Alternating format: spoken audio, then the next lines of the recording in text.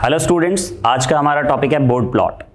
जैसा कि मैंने आपको बताया था लास्ट क्लास में हम फ्रीक्वेंसी डोमेन के ऊपर बात कर रहे थे और जो भी हमें अब पढ़ना है वो फ्रीक्वेंसी डोमेन के ऊपर पढ़ना है। तो बोर्ड प्लॉट इलेक्ट्रिकल इंजीनियरिंग या कंट्रोल सिस्टम इंजीनियरिंग के अंदर एक ऐसा प्लॉट है जो दो एक्सेस के बीच में बनता है। वैसे कोई भी प्लॉट होता है वो दो ही एक्सेस के बीच में बनता है, एक हॉरिजॉन्टल एक्सेस होता है और एक वर्टिकल एक्सेस होता है, जिसको मैं एक्स और वाई से डिनोट करता हूँ। बोर्ड प्लॉट में दो तरीके के प्लॉट हम बनाते हैं। First one is magnitude plot. Magnitude नाम से पता चल रहा है कि ये किसी ना किसी मैग्नीट्यूड की ही बात कर रहा है। और दूसरा होता है फेज प्लॉट, जिसमें मैं फेज की बात करता हूं। ठीक है, मैग्नीट्यूड प्लॉट और बोर्ड प्लॉट दोनों में जो हॉरिजॉन्टल एक्सिस होता है ये एक्स, ये हमेशा एंगुलर फ्रीक्वेंसी ही रहेगी ओमेगा। ठीक है, एंगुलर फ्रीक्वेंसी के बाद अब बात आती है वर्टिकल जो प्लॉट आपका एक्सिस है, वर्टिकल एक्सिस चेंज होता है। जैसे मैग्नीट्यूड प्लॉट की बात करता हूं तो ये मैग्नीट्यूड से रिलेट करता है। तो मैग्नीट्यूड होता है 20 log of magnitude of GS/HS। अब ये G और H क्या है इसको समझते हैं अपन। मैंने आपको बताया था किसी भी सिस्टम के अंदर अगर मैं इनपुट प्रोवाइड कराता हूँ और एक ब्लॉक है, ठीक है, सपोज इनपुट मैंने प्रोवाइड कराया है RS और आउटपुट मैंने प्रोवाइड कराया है या आउटपुट मेरा आया है CS, और यहाँ पर जो सिस्टम है उसका जो गेन रहता है ये GS गेन कहलाता है। और सिमिलरली अगर इसी के अंदर इनपुट में मैं क्या करता हूँ, यहाँ पर इनपुट के अंदर यहाँ पर मैं यूज़ करता हूँ फॉर एग्जांपल एक ऐसा सिस्टम जिसमें मैं समिंग पॉइंट लगा सकता हूँ। ये मेरा इनपुट हो गया है RS और इसको पॉजिटिव करके नेगेटिव मैंने एक यहाँ पर फीडबैक डाल दिया है जो कि होता है HS। तो ये जो सिस्टम कहलाता है, ये जो GS/HS है, ये एक तरीके से है क्या, जब आप इसको सॉल्व करके ट्रांसफर फंक्शन को फाइंड आउट करते हैं तो आप देखते हैं कि जो फॉरवर्ड पाथ गेन है वो आपका रिवर्स पाथ गेन से मल्टीप्लाई होता है, GS/HS की वैल्यू देता है। अगर इसको मैं मॉड निकाल दूं, मतलब इसका मैं मैग्नीट्यूड निकाल दूं और उसको मैं लॉग लेकर के आगे 20 मेंशन कर दूं, तो ये मेरा, अगर मैं इसके बीच में ग्राफ बना दूं, मतलब यहाँ पर जो वाई एक्सिस हो जाएगा वो हो जाएगा 20 log ऑफ GS/HS। अब एक चीज और ध्यान रखने वाली है कि जो भी S की वैल्यू है उस S को मैं j ओमेगा पुट करता हूं, क्योंकि मैंने आपको बताया था स्टडी स्टेट पे आप S को किससे पुट करेंगे, j ओमेगा से पुट करेंगे। तो यहां पर मैंने ये देखा कि अगर मैं किसी भी सिस्टम के अंदर एक ऐसा प्लॉट बना देता हूं जिसमें यहां तो ये एंगुलर फ्रीक्वेंसी हो जाए और ये वाला जो प्लॉट है ये हो जाए 20 log magnitude of G j omega H J omega, क्योंकि मैंने S दोनों S को किससे रिप्लेस कर दिया है, J ओमेगा से रिप्लेस कर दिया है। तो ये प्लॉट जो कहलाएगा इसके अंदर जो भी वैल्यू आएगी बोर्ड प्लॉट की इस तरीके से इस तरीके से इस तरीके से, ये पूरा का पूरा सिस्टम आपका बोर्ड मैग्नीट्यूड प्लॉट कहलाएगा। अब बात आती है कि यहां मैं लॉग लिख रहा हूं तो सर ये लॉग का बेस क्या है, इसका बेस हमेशा 10 माना जाएगा। ठीक है, लॉग हमेशा बोर्ड प्लॉट के अंदर जो लॉग का बेस रहने वाला है वो हमेशा 10 रहने वाला है। सिमिलरली चलते हैं फ्रीक्वेंसी पे, फेज पे। फेज की प्लॉट की अगर मैं बात करता हूं, बोर्ड फेज प्लॉट, तो इसमें जो आपका हॉरिजॉन्टल एक्सिस है ये तो ओमेगा ही है एंगुलर फ्रीक्वेंसी के ऊपर। जो ये वाला एक्सिस है ये है angle of GS/HS, angle of GS/HS, जो मैं आपको लास्ट क्लास में बता चुका हूं कि एंगल किस तरीके से आप फाइंड आउट कर रहे हो। तो यहां पर मैं वही सेम S को J ओमेगा से रिप्लेस कर देता हूं, G omega H G omega. तो ये मेरा हो गया phase plot for board plot. मतलब ये फेज प्लॉट है बोर्ड में दो तरीके की चीज होती है, मैग्नीट्यूड एंड फेज। क्लियर। अब बात करते हैं कि बोर्ड प्लॉट बनता कैसे है। बोर्ड प्लॉट बनाने के लिए आपको सेमी लॉग ग्राफ शीट का यूज करना होता है। किसका यूज करना होता है, मैं यहां लिख देता हूं, सेमी लॉग ग्राफ शीट। आपने ग्राफ शीट्स तो बहुत सारे लोगों ने देखी होगी। ठीक है, ग्राफ कैसा होता है जिसमें बहुत सारी हॉरिजॉन्टल लाइंस होंगी, बहुत सारी वर्टिकल लाइंस होंगी और छोटे छोटे छोटे छोटे छोटे उसमें ब्लॉक्स रहते हैं। लेकिन जो सेमी लॉग ग्राफ शीट होती है इसमें थोड़ा सा डिस्टेंस का फर्क पड़ता है और इसमें जो मेन लाइंस, मतलब छोटी लाइंस तो होती हैं, इसमें भी बहुत सारी छोटी छोटी लाइंस होंगी, ऐसे भी होंगी ऐसे भी होंगी, लेकिन जो मेन लाइन इसकी होती है उसकी जो डिस्टेंस रहती है वो 10 के मल्टीपल में चलती है, 10 के मल्टीपल में चलती है इस तरीके से। तो यहाँ पर जो इसकी स्टार्टिंग फ्रीक्वेंसी होती है ओमेगा, ये हमेशा रहती है 0.1। उसके बाद जो नेक्स्ट मैं बोल्ड लाइन पे जाऊंगा उसको 10 से मल्टीप्लाई करके ये बना दूंगा 1, देन 10, देन 100, देन 1000, इस तरीके से आगे चलता हुआ 10,000 lakhs 10 lakhs, इस तरीके से ये आगे फॉरवर्ड करता है। तो इसको मैं बोलता हूँ सेमी लॉग ग्राफ शीट्स। ठीक है, इसमें बहुत सारी लाइंस होती हैं इस तरीके से, 10 पार्ट करे हुए होंगे इसके इस तरीके से बहुत सारे मतलब 10 पार्ट्स में ये डिवाइडेड होता है 1 2 3 4 5 6 7 8 9। अब ये 10 पार्ट्स में आपका डिवाइड हो गया, ठीक है। तो इस तरीके से आप इसको 0.1 0.2 0.3 इस तरीके से चलते चलते 0.9 एंड देन 1, उसके बाद वापस से ये चालू होता है, ठीक है। इसमें भी पार्ट्स होते हैं, लेकिन ये मल्टीपल जो रहता है ये मल्टीपल 10 के वैल्यू में चलता है, 0.1 1 10 100 एंड 1000 इस तरीके से ये सेमी-लॉग ग्राफ शीट पे बनाया जाता है, ठीक है। अब बोर्ड प्लॉट समझने के लिए कुछ चीज़ें और समझना जरूरी है। वो ये देखना होता है कि सपोज करो आपने फ्रीक्वेंसी की बात करी थी, यहाँ पे ये एंगुलर फ्रीक्वेंसी ही तो है, ये ओमेगा ही तो है। अगर यहाँ पर मैं वही ले लेता हूँ मैग्नीट्यूड 20 log 10 बेस पे जी J omega H J omega, तो ये वाला जो प्लॉट है ये क्या हो गया आपका बोर्ड प्लॉट के अंदर मैग्नीट्यूड की बात कर रहा है। अगर मैं इसका एक्सेस चेंज करके यहाँ पर एंगल ले लेता हूँ G J omega H J omega, angle of G J omega H J omega अगर मैं ये ले लेता हूँ तो ये क्या हो जाएगा आपका फेज प्लॉट कहलाएगा बोर्ड प्लॉट के अंदर ही, और दोनों चीज़ें हमारे को बनानी होती हैं। अब बात ये आती है कि किस तरीके से हम इसको देखते हैं या सॉल्व करते हैं। तो जो पहली फ्रीक्वेंसी है फॉर एग्जांपल मैं इसको नाम दे देता हूँ ओमेगा 1, और जो दूसरी फ्रीक्वेंसी है मैं इसको नाम दे देता हूँ ओमेगा 2। तो यहाँ पर होता ये है कि जो ओमेगा 2 बाई ओमेगा 1 रहेगा, मतलब second frequency upon first frequency, उसकी वैल्यू क्या रह जाएगी 10। इसीलिए तो मैंने इसको 10 से मल्टीप्लाई करा है, 0.1 देन 1 देन 10 देन 100 देन 1000, ठीक है। अब बात ये आती है कि ये कहलाता क्या है, ये कहलाता है डिकेड। क्या कहलाता है? डिकेड। ये मैं इसलिए लिख रहा हूं क्योंकि बहुत सारी जगह अब मैं आपको यूज करूंगा वर्ड डिकेड। तो डिकेड का मतलब आप समझेंगे कि 1 से लेकर के 10 पे डायरेक्ट शिफ्ट कर जाओ, 10 से 100 पे, 100 पे 1000, ठीक है। इस तरीके से आपको डिकेड मिलता है।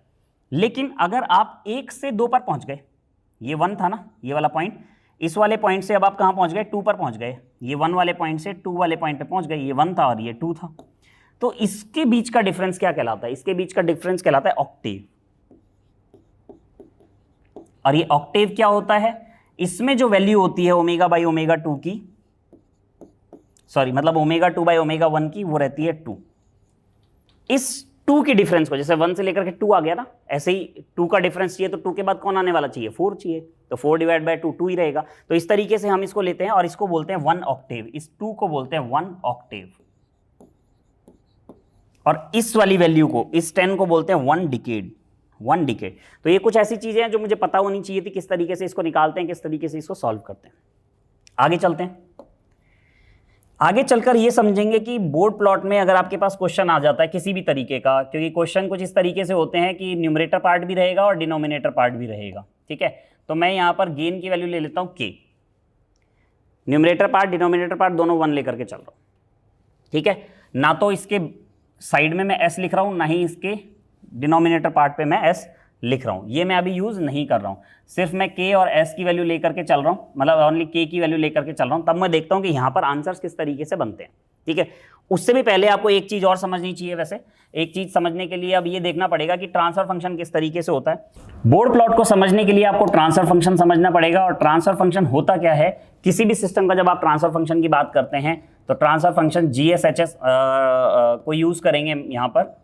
मतलब ये part of a transfer function है, ट्रांसफर फंक्शन नहीं है, part of a transfer function है। इसको सॉल्व करने के लिए मैं यहाँ लिख देता हूँ, फॉर एग्जांपल k से मैंने मल्टीप्लाई कर दिया 1 plus s t1, 1 plus s t2, 1 plus s t3, और इस तरीके से ये चलता रहेगा 1 प्लस s tn तक चलेगा, divided by s raise to the power lambda.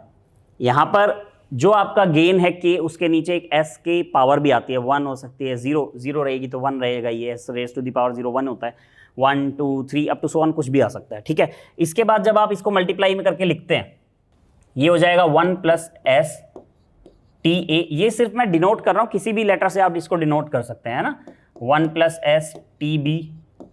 इस तरीके से ये सॉरी मल्टीप्लाई है, ये इस तरीके से ये चलता रहेगा और आपको फाइनल आंसर क्या दे देगा, इस तरीके से ये आपको दे देगा 1 प्लस s tn, ठीक है। अब होता क्या है, अच्छा एक चीज और, यहाँ पर n है तो आप इसको m ले सकते हो, या ऊपर वाले को m नीचे वाले को n ले लो, इससे कोई फर्क नहीं पड़ता, ये जस्ट डिनोट करने के लिए है।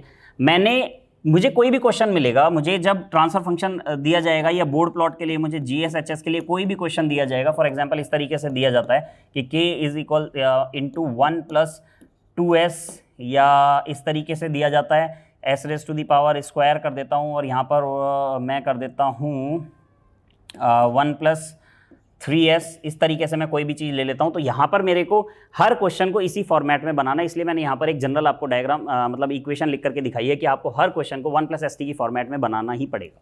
अगर इस फॉर्मेट में नहीं है तो आप उसको चेंज करेंगे, ठीक है। चेंज करने के लिए मैं बोल कैसे रहा हूँ, क्या कहना चाहता हूँ मैं, कि अगर आपको कुछ इस तरीके का फॉर्मेट दिया है कि s+2 का फॉर्मेट दिया है, तो s+2 का फॉर्मेट बोर्ड प्लॉट में नहीं चलेगा। आप s+2 को कन्वर्ट करें, तो s+2 को कन्वर्ट करने के लिए आपको क्या करना पड़ेगा, 2 यहाँ से कॉमन ले लो। जब आप इसमें से 2 कॉमन लोगे तो क्या हो जाएगा, s/2 हो जाएगा और 2 का हो जाएगा 1, तो 1+s/2। ये s+t 1+st की फॉर्मेट है। तो ये है 1, ये है +st, t की वैल्यू 1/2 है, t की वैल्यू कुछ भी हो सकती है, 1/2 हो सकती है, 1/4 हो सकती है, 1 हो सकती है, 2 हो सकती है। तो इस तरीके से आपको किसी भी क्वेश्चन को अगर इस फॉर्मेट में दिया हुआ है s+2 की फॉर्मेट में, आपको इसको कन्वर्ट करके 1+st की फॉर्मेट में लाना पड़ेगा, न्यूमरेटर में भी और डिनोमिनेटर में भी। और इससे जो भी आपका कांस्टेंट निकलता रहता है वो कांस्टेंट आपका क्या बनाता है, k बनाता है, ठीक है। बोर्ड प्लॉट में अब आगे कुछ छोटे छोटे से न्यूमेरिकल समझते हैं कि किस तरीके से होता है। फर्स्ट एग्जांपल मैं ले रहा हूं बोर्ड प्लॉट में कि आपका GSHS की जो वैल्यू है, ये वैल्यू है k, GSHS is equals to k। मैंने आपको ये बोला कि मैग्नीट्यूड भी निकालते हैं आप और फेज प्लॉट भी निकालते हैं। तो यहां पर होता क्या है, इस तरीके के क्वेश्चंस को जब आप देखेंगे तो आप छोटा सा चीज ये ध्यान रखें कि बोर्ड प्लॉट में कुछ क्वेश्चन इस तरीके से होते हैं, k फिर उसके बगल में कुछ मल्टीपल और फिर उसके डिवाइड में कुछ मल्टीपल, s की पावर, इस तरीके से ये चलता रहता है, ठीक है। अगर मैं यहाँ पर डिनोट भी करना चाहूँ तो ये s की पावर मैंने लैम्डा से डिनोट किया, तो ये बहुत सारी वैल्यू, ये बहुत सारी वैल्यू। अब देखना ये है कि ऊपर s की पावर और नीचे s की पावर है कितनी, ठीक है। s की जो पावर्स है उससे आपको डिनोट जो करना होता है उससे आपको स्लोप पता चलता है। फॉर एग्जाम्पल मैंने यहाँ पर आपको k दिया है, ठीक है, और मल्टीप्लाई में कुछ नहीं दिया और नीचे मैंने दे दिया s², तो यहाँ पर s की पावर 2 है, वो भी डिनोमिनेटर में, वो भी डिनोमिनेटर में। तो जो भी s की पावर रहेगी वो स्लोप डिसाइड करेगी। तो जैसे यहाँ पर k के साथ में कुछ भी नहीं है तो यहाँ पर स्लोप क्या हो जाएगा, इस सिस्टम का 0 हो जाएगा, स्लोप इज इक्वल्स टू 0। और स्लोप हमेशा किस में निकलेगा, dB पर डिकेड में। dB है डेसिबल, ठीक है। dB मैं जहां पर भी यहां पर यूज करने वाला हूं बोर्ड प्लॉट में, उसका मतलब होता है डेसिबल, DECIBA, डेसिबल पर डिकेड। डिकेड क्यों यूज कर रहा हूं, क्योंकि सेमीलॉग ग्राफ शीट कर रहा हूं। सेमीलॉग ग्राफ शीट डिकेड का मतलब क्या होता है, 1 से लेकर के 10 या 0.1 से 1, 1 से 10, 10 से 100, इस तरीके से मैं चलता जाऊंगा, ठीक है। दूसरा मैंने बोला था मैग्नीट्यूड। मैग्नीट्यूड जो होता है m, वो मैंने आपको बताया ये होता है 20 log GSHS और इस पूरे का मैग्नीट्यूड। इसके तरीके से सॉल्व करूंगा तो ये हो जाएगा 20 log बेस 10 रहेगा, ध्यान रखना 10 के बेस पर magnitude of k, magnitude of k, और k का मैग्नीट्यूड क्या होता है, अंडर रूट और स्क्वायर कर दूंगा k ही आ जाएगा। तो ये फाइनली आपको देगा 20 log 10 के बेस पर k। ये तो है आपका मैग्नीट्यूड और ये है आपका स्लोप, ये दो चीजें आपको पता चली, ठीक है। अब अगर मैं बात करूं कि स्टार्टिंग मैग्नीट्यूड क्या होगा, और स्टार्टिंग मैग्नीट्यूड क्या होता है, सेमीलॉग ग्राफ शीट के अंदर जब आप स्टार्ट करते हैं तो मैंने आपको बताया था यहाँ पर जो ओमेगा की फ्रीक्वेंसी रहती है, मतलब ये जो ओमेगा है एंगुलर फ्रीक्वेंसी, यहाँ पर जो ओमेगा रहने वाला है वो ओमेगा क्या रहने वाला है, 0.1। तो अगर इस क्वेश्चन में इसमें मैं 0.1 डाल देता हूँ मैग्नीट्यूड पे, तो क्या फर्क, मतलब फ्रीक्वेंसी पे, तो क्या होता है वो देखते हैं। तो मैग्नीट्यूड मेरा यहाँ पर था 20 log 10 के बेस पर k, लेकिन मेरे को ये मैग्नीट्यूड किस पे लेना है, ओमेगा इज इक्वल्स टू 0.1 पे। अगर इस पर्टिकुलर क्वेश्चन में ओमेगा होता तो मैं यहाँ पर पुट कर चुका होता, लेकिन इस पर्टिकुलर क्वेश्चन में ओमेगा है ही नहीं। और ओमेगा होता क्या है, ओमेगा मैंने आपको बताया, अगर मैं इस क्वेश्चन को k की जगह यूज करता ks, तो ये s ही तो ओमेगा बनता, क्योंकि s को अपन क्या लिखते हैं, j ओमेगा। तो यहाँ पर ओमेगा की जगह मैं क्या पुट कर देता, 0.1 पुट कर देता। तो इसका स्टार्टिंग मैग्नीट्यूड, इस पर्टिकुलर क्वेश्चन का स्टार्टिंग मैग्नीट्यूड भी यही रहने वाला है, 20 log 10 के बेस पर k, ठीक है। स्लोप मैंने आपको बता दिया, स्लोप इसका 0 रहेगा, स्लोप मैग्नीट्यूड, ठीक है। और फेज एंगल की जब मैं बात करूंगा तो फेज एंगल इसका हमेशा 0 डिग्री हो जाएगा, phase angle is equals to 0 degree. जो भी मैग्नीट्यूड में निकालूंगा उसको हमेशा मैं डीबी में निकालूंगा। तो ये कुछ ऐसी चीजें हैं जो मैं आपको बताता जा रहा हूं ताकि आगे क्वेश्चंस करने में हमें आसानी रहे। अब मैंने आपको एक क्वेश्चन के अंदर 3 चीजें बताई हैं, पहला मैग्नीट्यूड निकालना है, दूसरा स्लोप निकालना है और तीसरा फेज एंगल निकालना है। मैग्नीट्यूड रहेगा डेसिबल में, डीबी में, जो स्लोप रहेगा वो रहेगा डेसिबल पर डिकेड, डीबी पर डिकेड के अंदर, और जो फेज एंगल रहेगा ये डिग्री के अंदर रहेगा, ठीक है। सिमिलरली एक और क्वेश्चन उठाते हैं। नेक्स्ट देखते हैं एग्जाम्पल नंबर 2, जिसमें मैं ले रहा हूं GS HS is equals to S। ठीक है, सबसे पहले हर S को J ओमेगा से रिप्लेस करें। GJ omega HJ omega is equals to J omega. Clear है।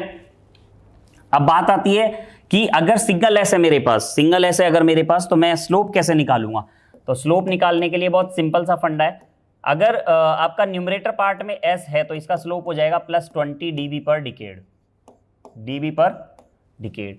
अगर डिनोमिनेटर पार्ट में आपका एस है 1/s, तो इसका स्लोप हो जाएगा -20 dB पर डिकेड।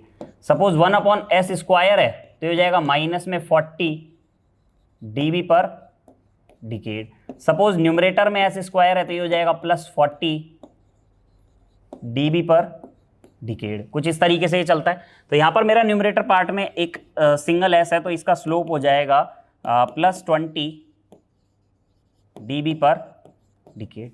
सिमिलरली जब मैं मैग्नीट्यूड की बात करूंगा तो मैग्नीट्यूड का तो सिंपल सा फॉर्मूला है 20 log mod of GJ omega HJ omega. तो इसको अगर मैं सॉल्व करूं, लॉग के बेस पे हमेशा 10 रहने वाला है, तो हो जाएगा 20 log 10 के बेस पर magnitude of J omega.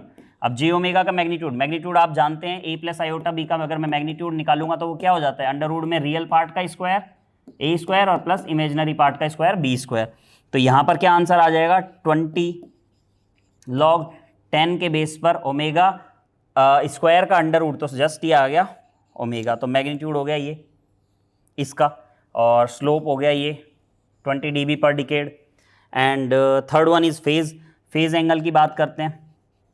Phase angle, अगर सिंगल एस है, एक सिंपल सिंगल एस लगा हुआ है, तो इसका फेज एंगल हो जाएगा 90 डिग्री प्लस के अंदर।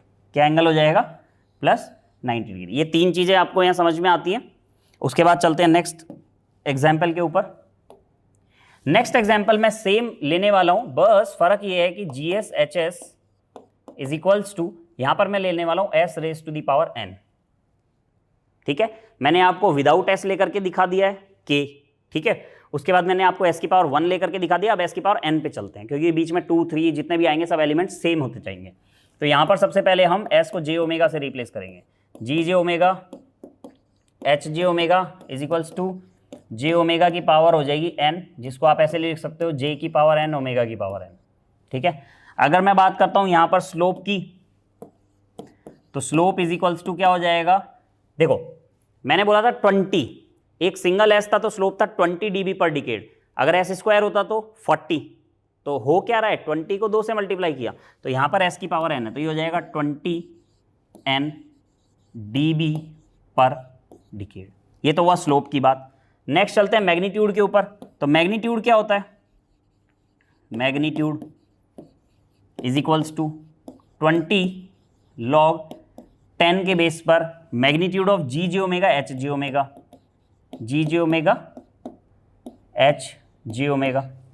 तो फाइनली ये मुझे देगा 20 log 10 के बेस पर मैग्नीट्यूड ऑफ J ओमेगा की पावर n, या कुछ भी आप इसको मेंशन कर सकते हैं। ठीक है, अब इसको सॉल्व करना है आपको। वही मैग्नीट्यूड तो वही था, under root of real square imaginary square. तो इसको सॉल्व करने से ये देगा 20, और 20 के साथ n भी यूज़ कर लेता हूँ मैं यहाँ पर सीधा सा, n log 10 के बेस पर ओमेगा की पावर n। ये आपका मैग्नीट्यूड हो गया इस पर्टिकुलर क्वेश्चन के लिए। सिमिलरली अगर इसके फेज एंगल की बात करूँ, थर्ड पॉइंट, तो फेज एंगल क्या हो जाएगा, पहले वाले का क्या था 0, दूसरे वाले का क्या था 90, तो यहाँ क्या हो जाएगा 90 को अगर मैं किससे मल्टीप्लाई कर दूं, n से, तो यहाँ पर आपका जो फेज एंगल हो जाएगा ये हो जाएगा 90n। जो भी आंसर आएगा वो डिग्रीज के अंदर आएगा। ठीक है, थर्ड तीन चीज आपने समझी। नेक्स्ट एग्जाम्पल पे चलते हैं। अब एग्जाम्पल मेरा है GS HS is equals to 1/s। 1/s। अब स्लोप क्या होगा, मैग्नीट्यूड क्या होगा, फेज एंगल क्या होगा, इन तीनों को देखते हैं।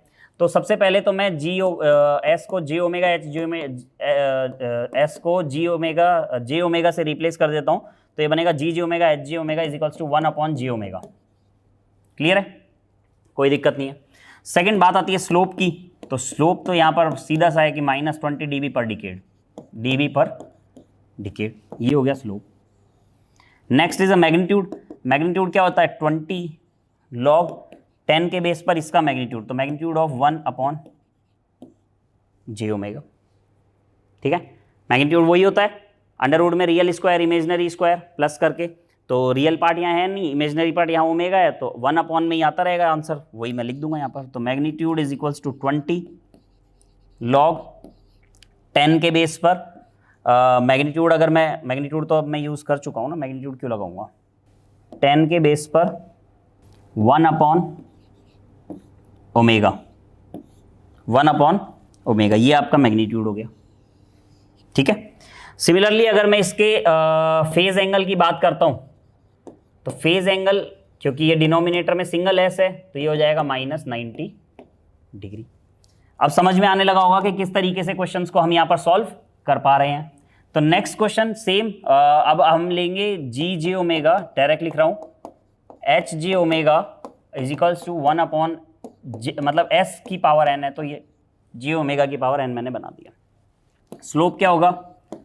सेम, -20n dB पर डिकेड, स्लोप हो गया आपका -20 dB पर डिकेड। मैग्नीट्यूड क्या होगा?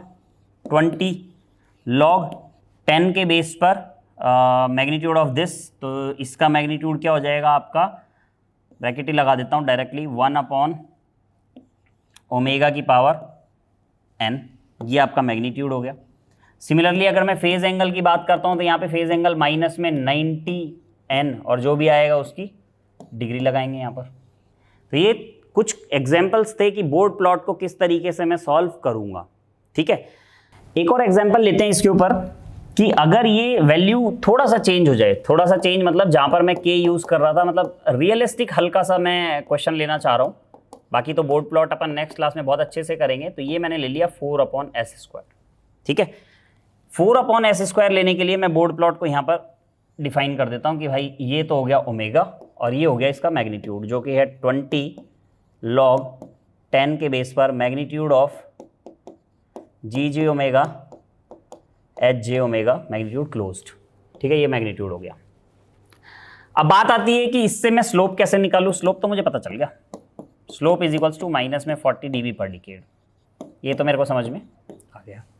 मैग्नीट्यूड कैसे निकालूं? मैग्नीट्यूड होता है 20 log 10 के बेस पर मैग्नीट्यूड ऑफ दिस, इसका मैग्नीट्यूड क्या हो, अच्छा इसको पहले आप s को j ओमेगा से रिप्लेस कर लेना है ना, तो ये हो जाएगा 4/j ओमेगा का होल स्क्वायर, और ये हो जाएगा 4/- क्योंकि j स्क्वायर तो माइनस होता है। ठीक है, तो मैग्नीट्यूड ऑफ 4/-ओमेगा², इस तरीके से मैं इसका मैग्नीट्यूड लूँगा। 4 तो बाहर आ सकता है, कोई दिक्कत ही नहीं है, तो हो जाएगा 20 log 10, 4 एज इट इज़ रह जाएगा, और ये हो जाएगा अंडर रूट में -ओमेगा² का स्क्वायर और उसका अंडर रूट, तो ये बन जाएगा फाइनली ओमेगा²। यहाँ पर भी कोई दिक्कत नहीं है, कोई भी चीज़ लॉग में होती है तो उसको हम क्या करते हैं, मतलब अपॉन में होती है तो माइनस कर देते हैं। तो ये हो जाएगा log 10 के बेस पे 4 और माइनस में 20 log 10 के बेस पे ओमेगा²। इसको कैसे सॉल्व करें? अब इसको सॉल्व करने के लिए आपको क्या करना पड़ेगा, कैलकुलेटर का यूज़ करना पड़ेगा। तो कैलसी में आप करके देखेंगे log 10 के बेस पे 4 की वैल्यू क्या होती है। ठीक है, log 10 के बेस पे 4 की वैल्यू होती है 0.6, मैं यहाँ लिख देता हूँ, log 10 के बेस पर 4 की वैल्यू रहेगी 0.6। आप इसको साइंटिफिक कैलकुलेटर के अंदर सॉल्व कर सकते हैं, और 0.6 को जब मैं 20 से मल्टीप्लाई करता हूँ तो ये आ जाएगा 12, माइनस में 20 log 10 ओमेगा²। अब ये ओमेगा² है क्या? ओमेगा² इज नथिंग, बस 0.1 है, क्योंकि आपको स्टार्टिंग मैग्नीट्यूड चाहिए और स्टार्टिंग पे ओमेगा की वैल्यू क्या होती है 0.1। तो यहाँ पर मैं इसको सॉल्व कर सकता हूँ 20 log ओमेगा² मतलब 0.1 का होल स्क्वायर। अब 0.1 क्या होता है 1/10, 1/10 का स्क्वायर चल रहा है मतलब 1/100। 1/100 को अगर आप 10 की फॉर्मेट में लिखेंगे तो 10 की पावर 2 हो जाएगा, और उसको ऊपर ले जाएंगे 10 की पावर -2 हो जाएगा, और वो आगे आ जाएगा। ठीक है, अगर ये आपको समझ नहीं आया तो मैं वापस समझाता हूँ, क्योंकि बहुत सारा मैंने एक साथ बोल दिया।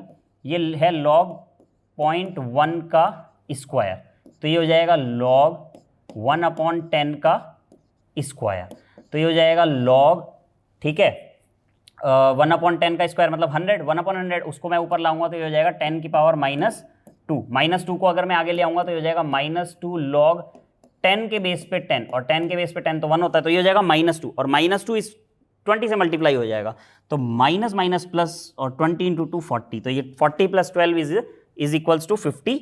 तो यहाँ पर मुझे जो आंसर मिला, जो स्टार्टिंग मैग्नीट्यूड मिला है, ये स्टार्टिंग मैग्नीट्यूड आपका रहेगा 0.1 के ऊपर, जिसकी वैल्यू आ रही है 52।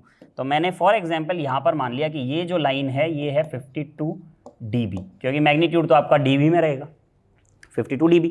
उसके बाद स्लोप क्या था, -40, तो कुछ इस तरीके का मैंने ये स्लोप बोल लिया, इसका स्लोप है -40 dB पर डिकेड। अब बात ये है कि 0.1 पे तो निकाल लिया, आगे कैसे निकाले, निकाल सकते हो, कोई दिक्कत नहीं है। तो जब 0.1 पे आप निकाला है तो 1 पे भी निकाल सकते हो, कि सेम आंसर तो रहेगा। ये मैग्नीट्यूड रहने वाला है आपका, magnitude is equals to 20 log 4 और -20 log 10 के बेस पे ओमेगा स्क्वायर। यहाँ पर ओमेगा की जगह 0.1 की जगह आप 1 पुट करो, ठीक है। जैसे ही आप यहाँ पर पॉइंट की जगह 1 पुट करोगे तो क्या आंसर आएगा वो भी देख लेते हैं। ये मेरे पास आया magnitude is equals to 20 log 10 के बेस पे 4 -20 log ओमेगा स्क्वायर, ठीक है। सेम मैंने इक्वेशन वहाँ लिख दी। अब मैं बात कर रहा था 1 की, अगर आप 1 से निकालना चाहते हैं तो where omega is equals to 1, तो magnitude where omega is equals to 1 is equals to हो जाएगा, इसमें तो कोई अंतर है ही नहीं, ये 20 और ये 0.6, ये तो हो गया 12 -20 log 1 स्क्वायर, और log 1 स्क्वायर क्या होता है, व्हाट इज 1 स्क्वायर, 1 तो 1 ही रहता है, और log 1 क्या होता है 0, तो ये क्या आंसर दे देगा आपको, it will provide you 12। So it will provide you 12 dB decibel. तो 1 के ऊपर अगर मैं मैग्नीट्यूड की बात कर रहा हूँ, ये सपोज ये 0.1 था, तो 10 के बाद ये 1 था, ठीक है। तो इस 1 के ऊपर अगर मैं बात कर रहा हूँ तो ये वैल्यू यहाँ से आकर के इधर जो आएगी, ये वैल्यू हो जाएगी आपकी 12। मैंने मान लिया कि ये वैल्यू मेरी है 12, ये 12 ले लिया मैंने। अब बात आती है आगे, ये निकाला कैसे आपने, इस तरीके से भी निकाल सकते हो, लेकिन हमें क्या पता चलेगा कि हमें किस किस पॉइंट पे निकालनी है, तो वो आपको पोल्स एंड जीरोस से पता चलेगा। मतलब न्यूमरेटर पार्ट में क्या क्या फ्रीक्वेंसी दे रखी है और डिनोमिनेटर पार्ट में क्या क्या फ्रीक्वेंसी दे रखी है, जो जो फ्रीक्वेंसी आपको दे रखी होंगी उस फ्रीक्वेंसी पे आप काम करते रहेंगे। सिमिलरली एक और क्वेश्चन यहाँ पर पुटअप होता है कि सर ये तो मैंने खींच दिया, इसके बाद जब इसको आगे बढ़ाऊंगा तो ये कहीं ना कहीं जाकर के कट भी तो होगा, इसकी वैल्यू को कैसे निकालें, इसको भी निकालेंगे हम, ठीक है। फेज प्लॉट को भी बनाएंगे हम, सारी चीज करेंगे बोर्ड प्लॉट के अंदर। बस आज आपको हल्का ब्रीफ इंट्रोडक्शन दे रहा हूँ कि बोर्ड प्लॉट होता कैसे है, उसको छोटे न्यूमेरिकल्स मैंने यूज करें। आज जो नेक्स्ट क्लास होगी उसमें बड़े न्यूमेरिकल्स यूज करेंगे और देखेंगे कैसे बनता है। तो यहाँ पर मैंने ये बनाया 52, ये बनाया 12। अब इसको भी निकालने का एक तरीका है, वो भी बताता हूँ। इसको निकालने के लिए भी एक फॉर्मूला होता है, वो फॉर्मूला कुछ इस तरीके से होता है कि अगर आप मैग्नीट्यूड सेकंड निकालना चाह रहे हैं, मैग्नीट्यूड सेकंड, तो फॉर्मूला है मैग्नीट्यूड 1 प्लस स्लोप, और स्लोप किस में होगा, हमेशा dB पर डिकेड के अंदर होगा। अच्छा, मैं स्लोप के साथ dB पर डिकेड लिखता हूँ ना, क्योंकि स्लोप dB पर ऑक्टेव भी हो सकता है, डेसिबल पर ऑक्टेव। ऑक्टेव मैंने बताया था 1 से 2 के बीच में, ठीक है। तो जहां पर मैं स्लोप +20 लेता हूं ऑक्टेव में, वो +6 होगा, +6 dB पर ऑक्टेव, और जहां पर -20 लेता हूं वहां होगा -6 dB पर ऑक्टेव, ठीक है। इसके बाद यहां पर आ जाएगा जो भी आप वैल्यू लेना चाहते हैं, log ऑफ ω2 डिवाइड बाय ω1। अब इसको इसी एग्जांपल समझते हैं, मैंने दोनों वैल्यू इसीलिए आपको निकाल के दिखा दी।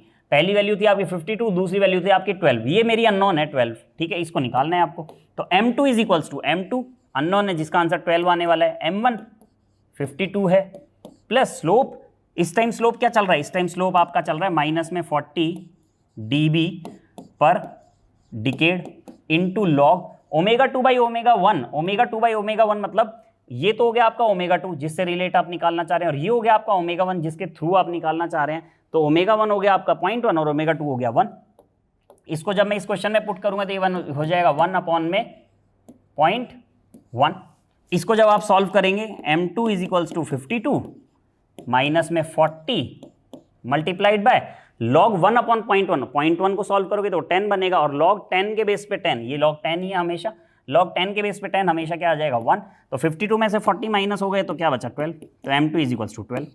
तो मैं इस वाले फॉर्मूला को भी ध्यान रखूंगा, ठीक है, क्योंकि नेक्स्ट जो पार्ट रहेगा बोर्ड प्लॉट का उसके अंदर मैं डायरेक्ट फॉर्मूलाज यूज करूंगा। तो मैंने आज आपको बता दिया कि आप इस तरीके से भी मैग्नीट्यूड को निकाल सकते हैं। सिमिलरली जब फेज की बात चल रही होगी फेज प्लॉट के अंदर, तो भी सेम फॉर्मूला रहेगा, m की जगह 5 बन जाएगा। क्या, phi 2 is equals to phi 1 plus slope जो कि dB पर डिकेड में रहने वाला है, और इनटू में log of omega 2 by omega 1, क्योंकि इसका भी तो जो x एक्सिस रहता है, जो हॉरिजॉन्टल एक्सिस रहता है, वो भी तो ओमेगा ही है। फेज प्लॉट में आपका जो आंसर आएगा वो फेज के ऊपर आएगा, angle of G J omega H J omega, लेकिन उसका जो x एक्सिस है वो तो ओमेगा ही है। तो यहां पर मैं सेम फॉर्मूला यूज कर सकता हूं। ठीक है, अब एक लास्ट पार्ट और बता देता हूं। इसी पर्टिकुलर क्वेश्चन में मैंने आपको ये बताया कि ये कहीं ना कहीं आगे बढ़ के इस लाइन को कट कर रहा होगा, इस लाइन को कट कर रहा होगा। इस लाइन पे मैग्नीट्यूड क्या है? अगर मैं मैग्नीट्यूड वाला एक्सिस ये बोल रहा हूं तो इस पर्टिकुलर पॉइंट पे मैग्नीट्यूड है क्या? 0। ठीक है, तो मेरे को ऐसा पॉइंट निकालना है जहां पर इसका मैग्नीट्यूड क्या हो जाना चाहिए? 0 हो जाना चाहिए। तो अगर मैंने वो निकाल लिया तो मुझे वो पॉइंट पता चलेगा जहां पर ये 0 हो रहा है। तो उसको चेक कर लेते हैं, कैसे करते हैं। तो मैंने आपको ये बताया कि अगर आप ये वैल्यू निकालना चाहते हैं कि ये पॉइंट 0 हो जाए, मैग्नीट्यूड जो है 0 हो जाए, तो उसके लिए एक छोटा सा फॉर्मूला है, वो ध्यान रखेंगे कि magnitude of G J omega H J omega, ठीक है, उसको लिखने की नीड नहीं है यहाँ पर, मैं डायरेक्ट लिखता हूँ मैग्नीट्यूड ऑफ पर्टिकुलर थिंग जो भी है वो क्या हो जानी चाहिए? 0। कब? जब omega is equals to K raise to the power 1 by N हो जाएगा, तब आपकी वैल्यू क्या हो जाएगी? 0 हो जाएगी। यहां पर जो मैग्नीट्यूड आप लेकर के चल रहे हैं वो लेकर किसका चल रहे हैं? 4 upon J square omega square का, क्योंकि 4 अपॉन एस स्क्वायर का क्वेश्चन चल रहा था, वहां पर आपको ये चीज सॉल्व करनी है। तो आपको मैग्नीट्यूड निकालना है कब? जब ओमेगा की वैल्यू क्या हो जाएगी? के की पावर 1 बाई एन, ये हो जाएगी। किसमें यूज करोगे आप इसको? 4 अपॉन एस स्क्वायर के अंदर, या 4 upon J square omega square के अंदर। अब ओमेगा की वैल्यू है के की पावर 1 बाई एन, और ये है क्या? के क्या है? के यहाँ पे 4 है, 4 की पावर 1 बाई एन। एन क्या है? ये चीज जो भी बोर्ड प्लॉट के अंदर यहाँ पर एस की पावर रहेगी 2, फिर उसके बाद मल्टीप्लाई चलता रहेगा चलता रहेगा चलता रहेगा, ये आपका एन कहलाएगा। तो यहाँ पर हो जाएगा 1/2। 4 की पावर 1/2 क्या होती है? 2। तो यहाँ पर पर्टिकुलर इस पॉइंट पर आपका जो मैग्नीट्यूड प्लॉट है वो क्या हो जाने वाला है? 0 हो जाने वाला है। तो अगर इस ग्राफ को मैं यहाँ पर बनाऊं कि भाई ये पॉइंट 2 है, तो ये 2 पे क्या हो जाएगा? 0 हो जाएगा, और इस तरीके से ये आगे बढ़ता रहेगा। ठीक है, आगे अगर मुझे और कोई पोल या 0 दिए होते तो उसके अकॉर्डिंग मैं इसको प्लस करता, माइनस करता, इसी तरीके से इसका जो भी स्लोप है वो माइनस हो जाता या प्लस हो जाता, और इस तरीके से ये बोर्ड प्लॉट आगे बढ़ता रहता है। तो आज हमने ये देखा था कि बोर्ड प्लॉट के अंदर क्या 2 चीजें होती हैं जिसके थ्रू वो बनता है। तो सबसे फर्स्ट पॉइंट मैंने आपको बताया सेमीलॉग ग्राफ शीट पे बनता है। सेकंड 2 पॉइंट मैंने आपको बताया कि ये मैग्नीट्यूड और फेज के बीच में बनता है। तो मैग्नीट्यूड होता है 20 log 10 के बेस पे magnitude of G J omega H J omega, हर एस को जे ओमेगा से रिप्लेस कर देना है। और एंगल की बात करेंगे तो एंगल हो जाएगा angle of G J omega H J omega. ठीक है, नेक्स्ट क्लास में मिलेंगे इसके काफ़ी सारे एग्जाम्पल्स के साथ जो बोर्ड प्लॉट को और अच्छी डिटेल में समझाएगा। ठीक है, थैंक यू।